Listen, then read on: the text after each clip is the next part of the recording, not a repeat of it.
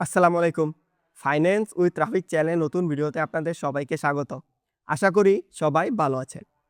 আমার এই চ্যানেলে এই বছরের শুরুতে আমি কিছু এসআইপি নিয়ে ভিডিও বানাই। এইজন্য আমার চ্যানেলে কিছু নতুন ইনভেস্টর অ্যাট্রাক্টেড হয়েছে এবং তারা অনেকে আমাকে ফেসবুকে মেসেজ করেছে এবং ইমেইল করে জিজ্ঞাসা করেছে যে, "রাফিক ভাই, আমার কি মিউচুয়াল ফান্ডে ইনভেস্ট করা উচিত নাকি আমি ডাইরেক্ট স্টকে ইনভেস্ট করব?" আজকের ভিডিওটা সেই টপিকের উপর বানানো।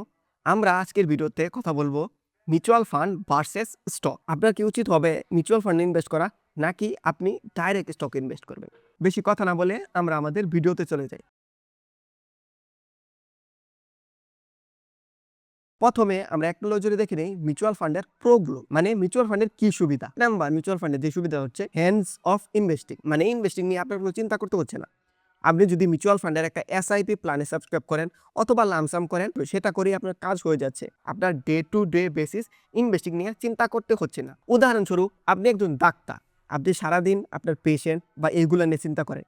আপনি যদি স্টক মার্কেটে ইনভেস্ট করেন তাহলে কি হচ্ছে, আপনি আপনার সারাদিন কাজ করে এসে সন্ধ্যায় আপনার অ্যানুয়াল রিপোর্ট পড়তে হচ্ছে। আপনার অ্যানুয়াল রিপোর্ট পড়তে হচ্ছে সিমেন্ট কোম্পানি, যেটা আপনার প্রফেশন থেকে অনেক দূরে। অনেকে আছেন যারা চান না এই টাইপের প্যারা নিতে। আপনার এসব চিন্তা থেকে আপনি মুক্ত হয়ে যাচ্ছেন। আর ইকুইটি গ্রোথ মিউচুয়াল ফান্ডগুলা মোটামুটি স্টক মার্কেটের মতোই রিটার্ন দিবে, কিন্তু আপনার মোটামুটি কোনো টেনশনই নিতে হচ্ছে না। দ্বিতীয়টা হচ্ছে বিল্ট ইন ডাইভার্সিফিকেশন। আমাদের দেশে একটা রুলস আছে যে একটা মিউচুয়াল ফান্ড একটা স্টকে 10% অ্যালোকেশন দিতে পারবে। বাই ডিজাইন আমাদের দেশের মিউচুয়াল ফান্ডগুলা ডাইভার্সিফাই। আমাদের দেশে যে গ্রোথ মিউচুয়াল ফান্ডগুলো আছে তারা মোটামুটি 70% ইনভেস্ট করে হলো স্টকে, আর 30% করে হলো গভর্নমেন্ট বন্ড বা ফিক্সড ইনকাম সিকিউরিটিতে। আপনার রিস্ক কম। একটা স্টক অনেক পরিমাণ ফল করলেও আপনার পোর্টফোলিও বড় রকমের রিস্ক আসবে না। মিউচুয়াল ফান্ডে ইনভেস্ট করে আপনি ডাইভার্সিফাই হয়ে যাচ্ছে। 3 নাম্বার পয়েন্টটা হলো ইজি অটোমেশন। বেশিরভাগ ইনভেস্টর মিউচুয়াল ফান্ডে ইনভেস্ট করে এই কারণে। আমি স্টকের এসআইপি নিয়ে এই চ্যানেলে অনেক কথা বলেছি, কিন্তু এসআইপির প্রবলেমটা দেখুন কি। আপনি মাসে বেতন প্রথম পাবেন, তারপর সেই টাকাটা বিও অ্যাকাউন্টে ডিপোজিট করবেন, তারপর আপনি আপনার পছন্দ মতো স্টক কিনবেন।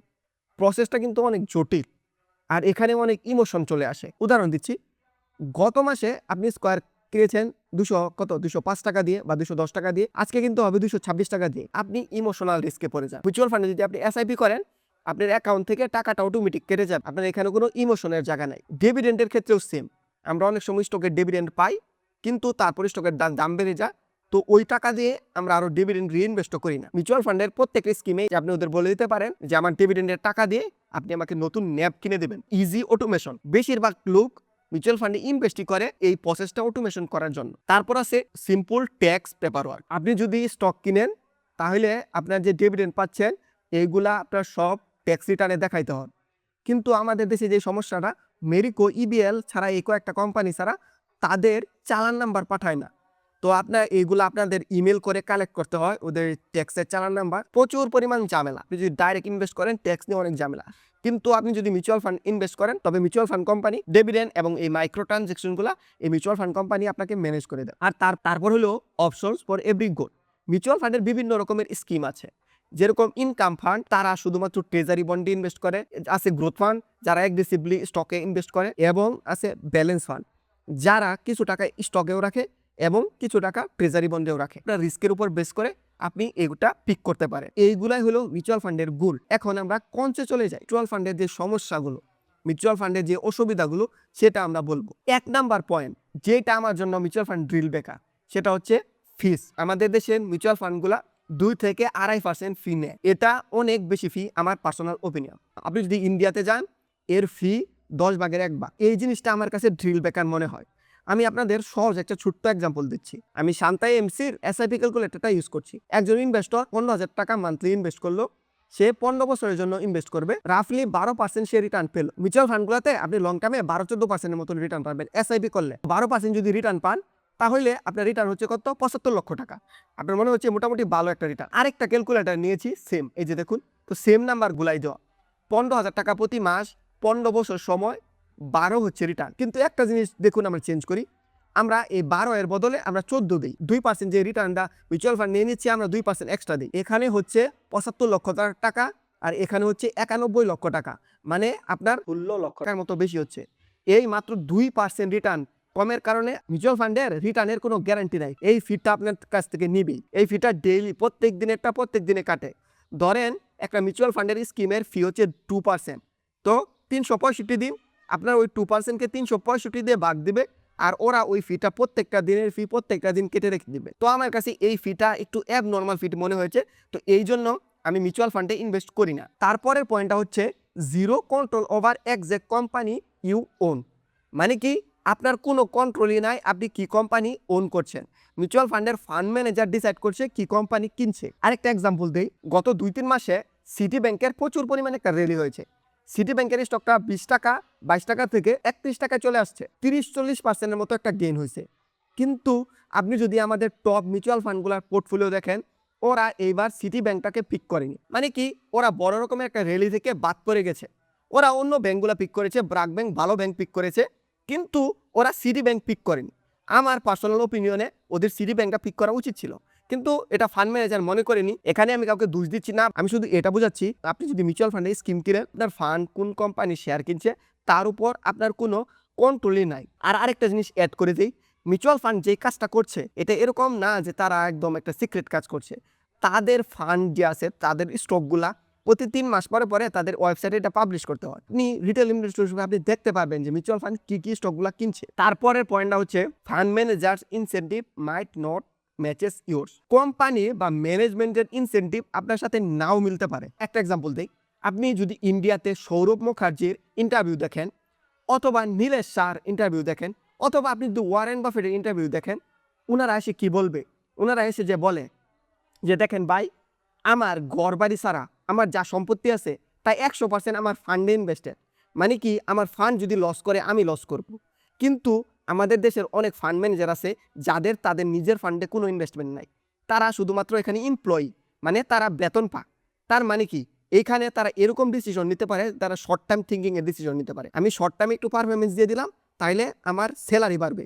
কিন্তু এখানে এরকম হতে পারে যে ফান্ড ম্যানেজারগুলো লং টাইমের চিন্তা করছে না। আমি এর একটা এক্সাম্পল দিই, এটা আমার পার্সোনাল ওপিনিয়ন, আমি এখানে ভুল হতে পারি, কিন্তু যেটা আমার মতামত আমি বলছি। যারা বলে যে আমরা ব্লু চিপ ইনভেস্টর, আমরা লং টাইমের জন্য কিনি, কিন্তু তারা কি করেছে, তারা ব্যাড বিসিতে এক্সিট নিয়ে নিয়েছে, ব্যাড বিসিতে প্রচুর পরিমাণ লস বুক করেছে। তারা যদি সত্যিকারের লং টাইম ইনভেস্টর হইতো, ব্যাড বিসি মাত্র একটা কোয়ার্টারে খারাপ রেজাল্ট আসছে, তারা মাত্র একটা কোয়ার্টারে খারাপ রেজাল্টের জন্য তারা এই স্টকটা বিক্রি করে দিয়েছে। এর কারণ ফান্ড ম্যানেজাররা যদিও লং টাইম, তারা অনেকে ওয়ারেন বাফেটের স্টাইলের ইনভেস্টর, যে তারা চিন্তা করে কি, ফান্ড যদি 1 বছর পারফরমেন্স না করে তাহলে আমাদের কাস্টমাররা তাদের ন্যাপ সেল করে দিয়ে চলে যাবে। যদিও তাদের লং টাইম ইনসেন্টিভ, তবুও তারা কি করে, অনেক সময় শর্ট টাইম থিঙ্কিং এ চিন্তা ভাবনাটা করে। এই জন্য আমি বলছি অনেক ফান্ড ম্যানেজারের ইনসেন্টিভ, এখানে ফান্ড ম্যানেজার বা কোম্পানির ইনসেন্টিভ আপনার সাথে মিল না। আমি লং টাইমের ইনভেস্টর, আমি চাই আমার স্টক লং টাইম ধরে রাখতে, কিন্তু এরকম আছে ফান্ড ম্যানেজার এসে একটা শর্ট টাইমের চিন্তা করে স্টকটা বিক্রি করে দেবে। ব্যাড বিসি নিয়ে এখানে আমি আমার পার্সোনাল ওপিনিয়ন দিচ্ছি। এরকম হইতে পারে যে এই ফান্ড ম্যানেজারগুলো ব্যাড বিসিকে আরও প্রবলেমেটিক দেখছে, আরও অনেক বড় সমস্যা দেখছে, এটা হইতে পারে। কিন্তু আমি উদাহরণ হিসাবে দিলাম যে অনেক ফান্ড ম্যানেজার আছে যারা এই শর্ট টাইমের চিন্তাগুলো এই চিন্তা করে। আর আপনাদের আমি একটা গল্প বলি, আমি যখন নতুন ইনভেস্টিং শুরু করি, আমি একটা মিউচুয়াল ফান্ডে শিফট করি। আমার যে রিপ্রেজেন্টেটিভ আছে তার সাথে আমার ভালো পরিচয় হয়। তো আমি তাকে একদিন ফোন করে বলি যে ভাই, আমি কিছু ডাইরেক্ট স্টক কিনতে চাই, আপনি আমাকে একটু সাজেশন দেন। তখন আমি আমি কিছু বুঝি না, তো আমাকে সাজেশন দেন। তো তিনি বলেন যে আমি তো স্টক সম্বন্ধে কিছু জানি না, আপনি আমাদের অ্যানালিস্টের সাথে কথা বলেন। তো উনি আমার ওই অ্যানালিস্টের ফোন নাম্বারটা দেন। ওই অ্যানালিস্ট একজন জুনিয়র অ্যানালিস্ট, উনি মাত্র জয়েন করেছে। তো ওনার সাথে কথা বলে জানতে পারি যে আমরা সিমিলার পড়াশোনা করেছি। তো ওনাকে আমি জিজ্ঞাসা করলাম, আচ্ছা ভাই, আপনি কি আপনার টাকা আপনার নিজের ফান্ডে ইনভেস্ট করেন না? পরে উনি বলেন যে না, আমার নিজের টাকা আমি নিজের ফান্ডে ইনভেস্ট করি না। এই যে দেখুন ওনাদের ইনসেন্টিভটা, এখানে যে ফান্ড ম্যানেজার আছে তারা অনেকে জব করে, মানে এখানে তারা চাকরি করে, তারা বেতন নেই, তাদের সাথে ফান্ডের সাথে কোনো সম্পর্ক নাই। ফান্ড ভালো করলে না ভালো করলে কোনো যায় আসে না, তারা তাদের বেতনটা পাবে। এই জিনিসটা একটু খেয়াল রাখবেন। আপনি দেখবেন যে স্কিন ইন দ্য গেম আছে নাকি, আপনি যে মিউচুয়াল ফান্ডটা কিনছেন তাদের যে ম্যানেজমেন্ট আছে তারা কি এখানে ইনভেস্ট করছে কিনা, এই জিনিসটা বুঝে শুনে আপনি মিউচুয়াল ফান্ডে ইনভেস্ট করবেন। আর লাস্ট পয়েন্টটা হচ্ছে নো গ্যারান্টি অফ রিটার্ন। কোনো মিউচুয়াল ফান্ড গ্যারান্টি দিয়ে বলতে পারবে না যে তারা রিটার্ন জেনারেট করে দিবে, কারণ স্টক মার্কেট রিটার্ন কেউ বলে দিতে পারবে না। আপনি জানুয়ারি মাসে বলতে পারবেন না ডিসেম্বর মাসে গিয়ে এই বছর স্টক মার্কেট কোথায় যাবে, কারো কাছে টাইম মেশিন নাই, কেউ বলতে পারবে না। কোনো মিউচুয়াল ফান্ড কোম্পানি যদি আপনাকে বলে যে আমরা গ্যারান্টি দিয়ে রিটার্ন দিচ্ছি, আপনি বুঝে নেবেন যে আপনি স্ক্যাম হচ্ছেন। আরেকটা পয়েন্ট আমি অ্যাড করে দিই, যে পয়েন্টটা এই লিস্টে নাই তবু আমি অ্যাড করে দিই। আপনাদের অনেক মনে প্রশ্ন হতে পারে, আচ্ছা মিউচুয়াল ফান্ড কি আমার টাকা মেরে দিয়ে চলে যেতে পারবে না? এই প্রশ্নটা হওয়া মোটামুটি স্বাভাবিক। আমাদের দেশে পাস্ট এটা হয়েছে, কিন্তু আমাদের মিউচুয়াল ফান্ড পলিসি অনেক টাইট হয়েছে। আমাদের দেশে প্রত্যেকটা মিউচুয়াল ফান্ডের একটা কাস্টোডিয়ান আছে, মানে আপনি যে টাকাটা রাখছেন তাদের কাছে জমা হয়। টপ কিছু মিউচুয়াল ফান্ডের কাস্টোডিয়ান ব্র্যাক ব্যাংক, মানে আপনি যে টাকাটা রাখছেন সেটা ব্র্যাক ব্যাংকে চলে যায়। আর মিউচুয়াল ফান্ডের ফান্ড ম্যানেজাররা সেই টাকাটা শুধুমাত্র স্টক কিনতে ব্যবহার করতে পারে, আর কিছু করতে ব্যবহার করতে পারে না। মানে কি, আপনি যে টাকাটা দেন সেই টাকা নিয়ে তারা বিদেশ চলে যেতে পারবে না, সেই টাকাটা দিয়ে তাদের স্টকে কিনতে পারবে। তবুও এটা 100% বুলেট প্রুফ না। তারা ইচ্ছা করলে পাম্প অ্যান্ড ডাম্প স্কিম করতে পারবে, মানে কি একটা স্টককে ইচ্ছা করলে কিনে দাম বাড়াতে পারবে। তাই আপনি ওইরকম মিউচুয়াল ফান্ডে কিনবেন, একটু ট্রাস্টেড মিউচুয়াল ফান্ড কিনবেন যারা এরকম করে না। মিউচুয়াল ফান্ড প্রতি 3-4 মাস পর পর তাদের পোর্টফোলিও তাদের ওয়েবসাইটে পাবলিশ করে। আমি অলরেডি এজের পোর্টফোলিওতে কী কী শেয়ার আছে তা নিয়ে অলরেডি একটা ভিডিও বানিয়েছি, তো সেটা আপনারা দেখতে পারেন। এই কয়টাই হচ্ছে মিউচুয়াল ফান্ডের দোষ, যেসব কারণে আমি পার্সোনালি মিউচুয়াল ফান্ডে ইনভেস্ট করি না। কিন্তু ফিউচারে আমার কর্পাস যদি অনেক বেশি হয়ে যায়, এখান থেকে আমি কিছু পরিমাণ টাকা আমি কিছু মিউচুয়াল ফান্ডে দিব।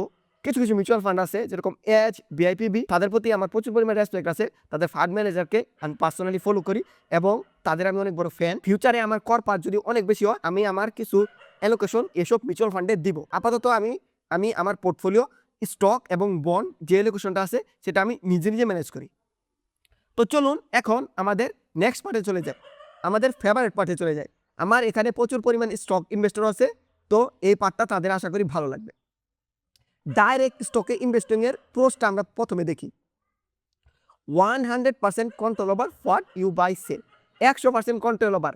আপনি ঘুম থেকে উঠছেন, আপনার ইচ্ছা হচ্ছে স্কয়ার ফার্মার স্টক কিনছেন, আপনার ইচ্ছা হচ্ছে স্কয়ার ফার্মার স্টক বিক্রি করে দিচ্ছেন। এখানে আপনার যা ইচ্ছা তাই করতেছেন। দ্বিতীয় নাম্বার পয়েন্টটা হচ্ছে হাই লিকুইডিটি প্লাস ফিক্সিবিলিটি। আমি ইন্ডেক্সকে প্রায় 6,000 কাছাকাছি দেখেছি, ইন্ডেক্সকে 5,000-এর নিচে চলে যেতে দেখেছি।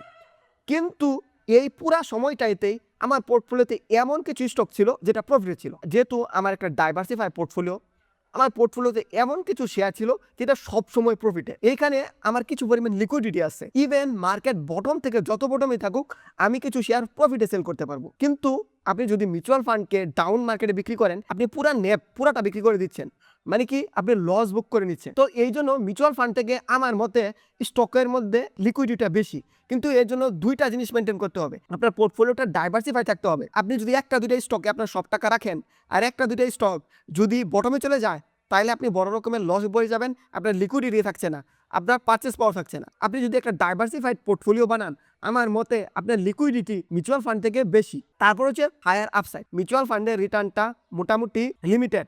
আমার মতে আপনি যদি মিউচুয়াল ফান্ডে গ্রোথ মিউচুয়াল ফান্ডগুলোতে ইনভেস্ট করেন, আপনি লং টাইমে 12-14%-এর চেয়ে বেশি সিএজিআর পাবেন না। এর কারণ হচ্ছে প্রথমত ফি, এরা 2.5% ফি তোই নিয়ে যাচ্ছে।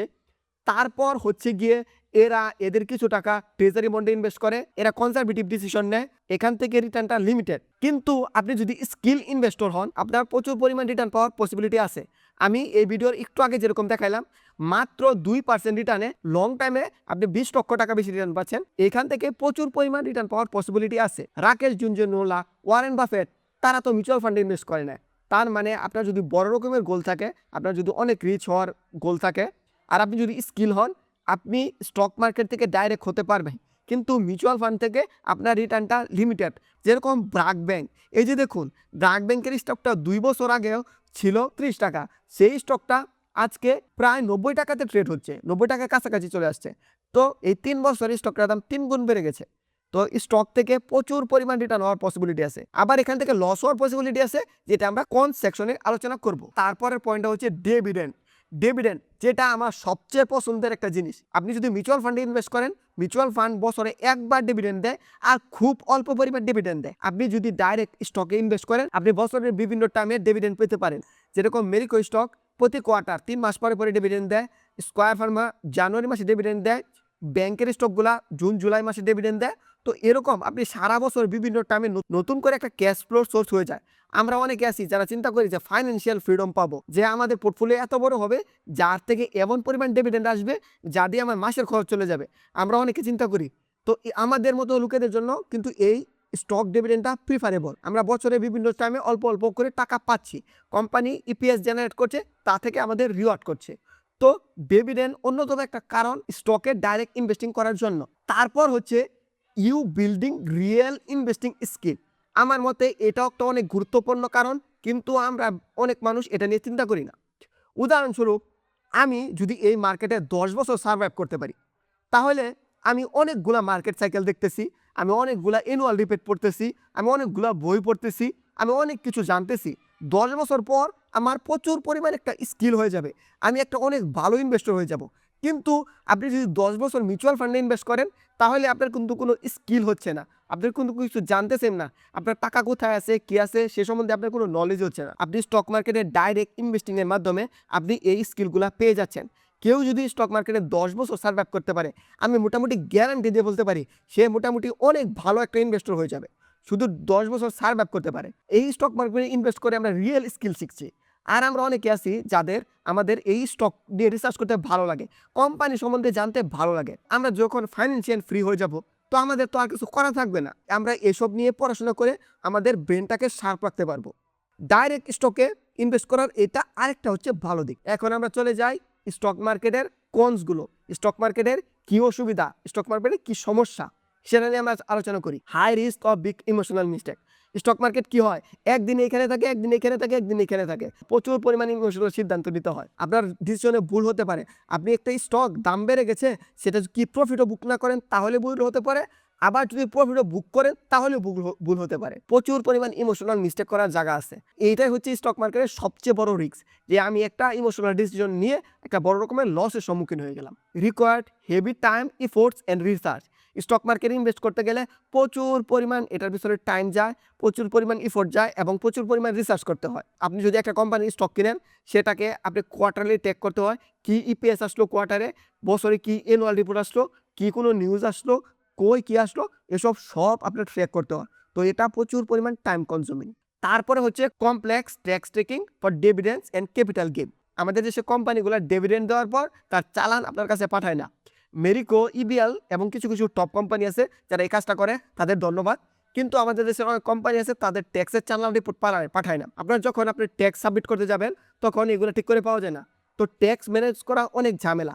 আর ডিভিডেন্ড অল্প অল্প অ্যামাউন্ট টাকা আপনার অ্যাকাউন্টে আসে, তো সারা বছর ট্র্যাক রাখতে হয় কোন থেকে কোন ডিভিডেন্ড আসলো। আর আমাদের দেশে আগে ক্যাপিটাল গেইন ট্যাক্স ছিল না, এখন 50 লাখের উপরে এক বছরে সেল করলে ক্যাপিটাল গেইন চলে আসছে। আমার মতো ক্ষুদ্র ইনভেস্টরের ক্ষেত্রে এটা প্রযোজ্য না, কিন্তু তবুও এই ট্যাক্সগুলো সব ম্যানেজ করতে হয়। আপনি যদি মিউচুয়াল ফান্ডে ইনভেস্ট করেন ওরা আপনার এই ট্যাক্সগুলো সব ম্যানেজ করে দেন, আপনার ট্যাক্স নিয়ে চিন্তা করতে হয় না। আর লাস্ট পয়েন্টটা হলো ভলাটিলিটি এবং স্ট্রেস।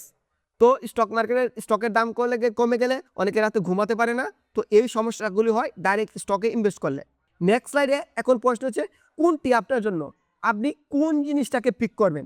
আপনি কি স্টক মার্কেটে ডাইরেক্ট ইনভেস্ট করবেন নাকি আপনি করবেন? প্রথম, আপনি একটা সিম্পল সলিউশন চান। আমার একটা বিজি প্রফেশন আছে, আমি ডাক্তার বা আমি বিজনেসম্যান, আমার যে বিজি প্রফেশনে অনেক সময় দিতে হয়, আমার টাইম নাই, স্টক রিসার্চ করার টাইম নাই। তো আপনার জন্য সিম্পল সলিউশন, আপনি যে কোনো বাংলাদেশের টপ মিউচুয়াল ফান্ডগুলোতে আপনি একটা এসআইপি করে দেন, আপনার স্টক মার্কেট নিয়ে কোনো চিন্তা করার দরকারই নাই, মোটামুটি ভালো রকমের রিটার্ন পাচ্ছেন। কিছু কিছু রিস্ক আছে, হইতে পারে আপনি একটু কম রিটার্ন পাচ্ছেন, হতে পারে আপনি মিডিওকর রিটার্ন পাচ্ছেন। আপনি যে পরিমাণ টাকা স্টক মার্কেটে জেনারেট করবেন সেই পরিমাণ টাকা আপনার কেরিয়ার বা পার্সোনাল বা বিজনেস থেকে জেনারেট করেন, আপনার কোনো চিন্তা নেই। তারপর হচ্ছে গট টাইম অ্যান্ড প্যাশন। আপনার যদি প্রচুর পরিমাণ টাইম থাকে এবং আপনার যদি প্যাশন থাকে তাহলে আপনি স্টক মার্কেটে আসেন। আমি আইটি সেক্টরে জব করি, এআই এজেন্ট, আর্টিফিশিয়াল ইন্টেলিজেন্স, এইগুলোর কারণে আমাদের যে জব সেক্টর আছে এতে প্রচুর পরিমাণ প্রবলেম সৃষ্টি হতে পারে। আমি চাচ্ছি এর থেকে এক্সিট নিতে, এই জন্য আমি ডাইরেক্ট স্টক মার্কেটে ইনভেস্ট করি। আমি চাই স্টক মার্কেটই আমার কেরিয়ার হোক, সেই চিন্তা করে আমি স্টক মার্কেটে ইনভেস্ট করি। তারপরে হচ্ছে একটা মিডিল পাথ কি, আপনি কি করতে পারেন, আপনি দুটাতে ইনভেস্ট করতে পারেন। আপনি মিউচুয়াল ফান্ডে আপনার মেন পোর্টফোলিও বানালেন আর এই স্টক মার্কেটে অল্প কিছু টাকা স্পেকুলেশন করলেন, অথবা অল্প কিছু টাকা ভালো ভালো ব্লু চিপ স্টকে ইনভেস্ট করলেন। আপনি দুটা মিলিয়েই মোটামুটি একটা ভালো রকমের রিটার্ন পেলেন। আর আপনি যদি দেখতে থাকেন যে আপনি নিজেই পোর্টফোলিওতে আপনি আপনার ফান্ড ম্যানেজারকে কন্টিনিউলি বিট করছেন, তাহলে আপনি পরে মিউচুয়াল ফান্ডগুলো বিক্রি করে দিয়ে আপনি পুরোপুরি স্টকে চলে আসবেন। তো এই কাজটা করতে পারে। আপনার যদি ফিউচারে অনেক ভালো কেরিয়ার থাকে, যে আপনার কেরিয়ার থেকেই আপনি স্টক মার্কেটের চেয়ে বেশি রিটার্ন জেনারেট করতে পারবেন, স্টক মার্কেট থেকে আপনি 12%, 14%, বড় জোর 20% রিটার্ন জেনারেট করেন, কিন্তু আপনার যদি একটা গ্রোয়িং বিজনেস থাকে অথবা আপনার যদি একটা গ্রোয়িং কেরিয়ার থাকে যেটা প্রতি বছর 20-40% করে বাড়ছে, তাহলে আপনার স্টক মার্কেটে রিটার্ন নেওয়ার দরকার নাই, আপনার শুধু স্টক মার্কেটে আসার দরকার নাই, আপনি সোজা মিউচুয়াল ফান্ডে ইনভেস্ট করেন। এটাকে চলুন আমি একটা অ্যানালজি দিয়ে আপনাকে বুঝিয়ে দিই। বাজার থেকে পাউরুটির স্লাইস কিনে এনে খাই, কিন্তু পাউরুটির স্লাইস যখন কিনে এনে খাই আমরা কিন্তু মাথার মধ্যে অনেকের সবাই টেনশন থাকে যে এই পাউরুটির স্লাইসটা কি এটা কি হেলদি খাবারই নাকি, এটার মধ্যে কোনো কি প্রিজারভেটিভ আছে নাকি, এটার মধ্যে কী পরিমাণ সুগার আছে, এগুলো নিয়ে চিন্তা করি। আপনি ইচ্ছা করলে অনেক কষ্ট করে বাড়িতেও আপনি পাউরুটি বানাতে পারেন। আপনি যদি স্কিলফুল বেকার হন, আপনার যদি ওভেন থাকে, আপনি পাউরুটি বানাতে পারেন। তো এই দুইটাই আপনি ধরতে পারেন। মিউচুয়াল ফান্ড হচ্ছে রুটি, রেডিমেড রুটি কিনে এনে খাওয়া, আর ডাইরেক্ট স্টকটা হচ্ছে আপনার ঘরে রুটি বানানো। আপনি কোন টাইপের ইনভেস্টর আমাকে এই ভিডিওর কমেন্টে জানান। আমার একটা পার্সোনাল ফাইন্যান্স 101 কোচিং সার্ভিস আছে, যেই সার্ভিসে আপনি আমার সাথে 1 ঘন্টা গুগল মিটে কথা বলতে পারেন আপনার যে কোনো ফাইন্যান্সের টপিক নিয়ে। আপনার পোর্টফোলিও আমাকে দিয়ে দেখাতে পারেন, আপনার এসআইপি স্ট্র্যাটেজি ডিফাইন করতে পারেন, আপনার লামসাম স্ট্র্যাটেজি আমাকে দিয়ে ডিফাইন করাতে পারেন, আপনার যে কোনো প্রশ্ন আমাকে করতে পারেন। কোচিং সেশনটা বুকিংয়ের লিঙ্ক আমার ভিডিওর ডিসক্রিপশনে দেওয়া আছে, আপনারা সেখান থেকে বুক করতে পারেন। এই পিডিএফ প্রেজেন্টেশনটার লিঙ্ক এই ভিডিওর ডিসক্রিপশনে দেওয়া আছে, সেখান থেকে আপনি ডাউনলোড করে নিজে নিজে এই পয়েন্টগুলো পড়ে নিতে পারেন। আমাদের একটি গ্রুপ আছে, নাম ফাইন্যান্সিয়াল ইন্ডিপেন্ডেন্স বাংলাদেশ। আপনারা অনেকে আছেন যারা মিউচুয়াল ফান্ড নিয়ে ইনভেস্টর, তারা এই গ্রুপটা নিয়ে অনেক ইন্টারেস্টেড হবে, তারা এই গ্রুপে জয়েন করতে পারেন। এছাড়াও আমাদের আরও কিছু গ্রুপ আছে যেখানে আপনারা জয়েন করতে পারেন। এই গ্রুপের জয়েনের লিঙ্ক এই ভিডিও ডিসক্রিপশনে দিয়ে দিচ্ছি, আপনারা সেখান থেকে জয়েন করতে পারেন। আমার এই ভিডিওটা এই পর্যন্ত দেখার জন্য আপনাদের অসংখ্য ধন্যবাদ। নেক্সট ভিডিওতে খুব শীঘ্রই দেখা হচ্ছে।